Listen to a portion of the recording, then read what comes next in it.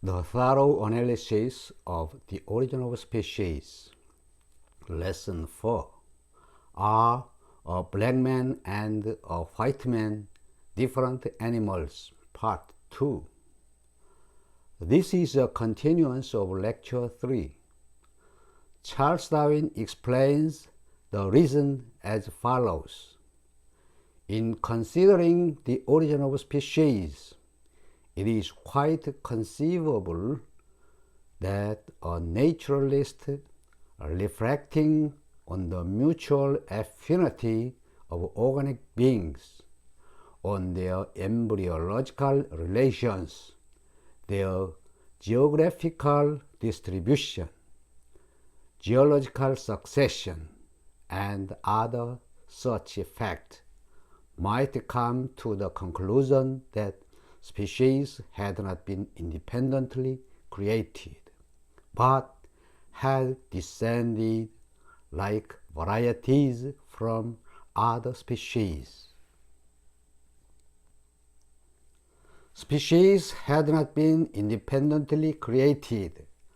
This implies that there is a certain embryological relation between species, and also this is Charles Darwin's hint for the possibility of variation in a long lapse of time. The survival of creatures is influenced by generative process, climate, geographical diversity, food, etc. In order to acclimate themselves to a harsh environment, the system of creatures cannot but change. Charles Darwin says that the changing process of organism is natural selection, and the existing in such surroundings is the survival of the fittest. Even though species are identical, it is impossible to predict the direction of their variation because it is a random process by the second law of thermodynamics. Therefore, it is natural that the changed form of species are inevitably diverse. This is the very reason why it is not easy to determine whether the changed forms are the same species or not. But Charles Darwin had confidence that each pair of an octopus and a common octopus, a red rose and a white rose, an azalea and a royal azalea, and a single-humped camel and a two-humped camel had not been independently or separately created. He begins a historical sketch in his book as follows. Until recently, the great majority of naturalists believed that species were immutable productions and had been separately created. In the medieval ages, people believed that species created by God are immutable.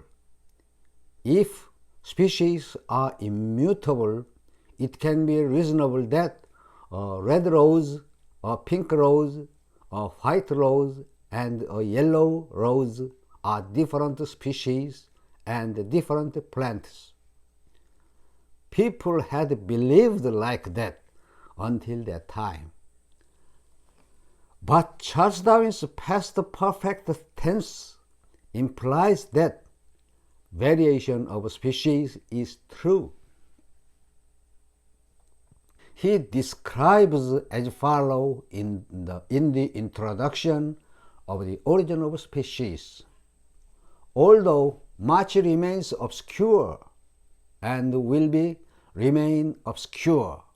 I can entertain no doubt after the most deliberate study and dispassionate judgment of which I am capable, that the view which most naturalists until recently entertained, and which I formerly entertained, namely, that each species had been independently created, is erroneous.